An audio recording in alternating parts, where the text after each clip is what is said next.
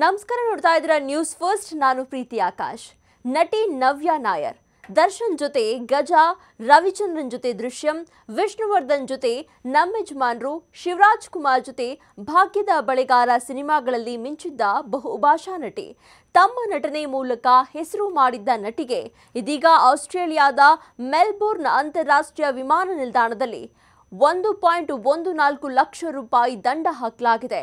ಅದು ಕೂಡ ಮಲ್ಲಿಗೆ ಹೂಗಳನ್ನು ಕೊಂಡೊಯ್ದಿದ್ದಕ್ಕಾಗಿ ಈ ಪಾಟಿ ಫೈನ್ ಬಿದ್ದಿದೆ. ಅದ್ಯಾಕೆ ಅಂತ ನೋಡೋಣ.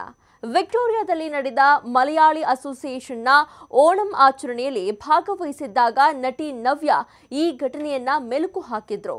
ಈ ಸಮಾರಂಭದಲ್ಲಿ ನಾನು 1 ಲಕ್ಷಕ್ಕೂ ಹೆಚ್ಚು ಬೆಲೆ ಬಾಳುವ ಹೂಗಳನ್ನ ಮುಡಿದಿದ್ದೇನೆ ಅಂತ ನವ್ಯಾ ತಮಾಷೆ ಮಾಡಿದ ವಿಡಿಯೋ ಇದೀಗ ಸೋಷಿಯಲ್ ಮೀಡಿಯಾದಲ್ಲಿ ವೈರಲ್ ಆಗಿದೆ. ಹಾಗಿದ್ರೆ ಹೂವಿಂದ ಈ ಪಾಟಿ ಫೈನ್ ಬಿದ್ದ ಕಾರಣ ಏನು ಅಂತ ನೋಡೋದಾದ್ರೆ, ನವ್ಯಾ ನಾಯರ್ ಕೊಚ್ಚಿಯಿಂದ ಆಸ್ಟ್ರೇಲಿಯಾಗೆ ವಿಮಾನ ಪ್ರಯಾಣ ಮಾಡಿದ್ರು. ಕೊಚ್ಚಿ ವಿಮಾನ ನಿಲ್ದಾಣದಲ್ಲಿ ನಟಿ ನವ್ಯಾಗೆ ಅವರ ತಂದೆ ಹೂ ನೀಡಿದ್ರು. ಮಲ್ಲಿಗೆ ಮುಡಿದು ಓಣಂನಲ್ಲಿ ಭಾಗಿಯಾದ್ರೆ ಉತ್ತಮ ಅಂತ ತಂದೆ ಸಲಹೆಯನ್ನ ಕೂಡ ನೀಡಿದ್ರು. ತಂದೆಯ ಸಲಹೆಯಂತೆ 2 ತುಂಡು ಮಾಡಿದ್ರು ಆ ಮಲ್ಲಿಗೆ ಹೂವಿನ ಮಾಲೆಯನ್ನ. ಒಂದನ್ನ ಮುಡಿದುಕೊಂಡಿದ್ರು, ಮತ್ತೊಂದನ್ನ ಹ್ಯಾಂಡ್ ಬ್ಯಾಗ್ನಲ್ಲಿ ಇಟ್ಟಿದ್ರು. ಮೆಲ್ಬೋರ್ನ್ ವಿಮಾನ ನಿಲ್ದಾಣದಲ್ಲಿ ಚೆಕ್ಕಿಂಗ್ ವೇಳೆ ನವ್ಯಾ ನಾಯರ್ ಹ್ಯಾಂಡ್ ಬ್ಯಾಗ್ನಲ್ಲಿ 15 ಸೆಂಟಿಮೀಟರ್ ಮಲ್ಲಿಗೆ ಪತ್ತೆಯಾಗಿದೆ. ಈ ಹಿನ್ನೆಲೆಯಲ್ಲಿ ಪೊಲೀಸರು ನಟಿಗೆ ವಾರ್ನಿಂಗ್ ಮಾಡಿದ್ದಾರೆ. ಆಸ್ಟ್ರೇಲಿಯಾದಲ್ಲಿ ಸ್ಥಳೀಯ ಸಸ್ಯ ಮತ್ತು ಪ್ರಾಣಿಗಳನ್ನ ರಕ್ಷಿಸಲು ಜೈವಿಕ ಸುರಕ್ಷತಾ ನಿಯಮಗಳನ್ನ ಕಟ್ಟುನಿಟ್ಟಾಗಿ ಆಚರಿಸ್ತಾ ಇದ್ದಾರೆ. ಈ ನಿಯಮಗಳ ಪ್ರಕಾರ ವಿದೇಶಿ ಸಸ್ಯಗಳು ಅಥವಾ ಪ್ರಾಣಿಗಳನ್ನ ದೇಶಕ್ಕೆ ಸಾಗಿಸುವುದು ಅಪರಾಧವೆಂದು ಪರಿಗಣಿಸಲಾಗುತ್ತೆ. ಯಾಕಂದ್ರೆ ಅದು ಸ್ಥಳೀಯ ಪ್ರಭೇದಗಳಿಗೆ ಅಪಾಯವನ್ನುಂಟು ಮಾಡಬಹುದು ಅನ್ನೋ ಕಾರಣಕ್ಕೆ.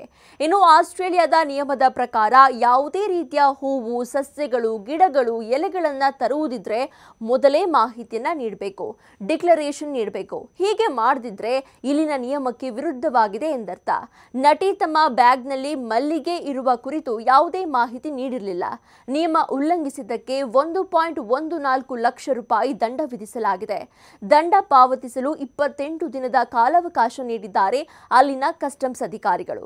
ಈ ಸನ್ನಿವೇಶವನ್ನ ವಿಡಿಯೋ ಮಾಡಿರುವ ನಟಿ ಸಮಾರಂಭಕ್ಕಾಗಿ 1 ಲಕ್ಷಕ್ಕೂ ಹೆಚ್ಚು ಬೆಲೆ ಬಾಳುವ ಹೂ ಧರಿಸ್ತಾ ಇದ್ದೇನೆ ಅಂತ ತಮಾಷೆ ಮಾಡಿದ್ದಾರೆ.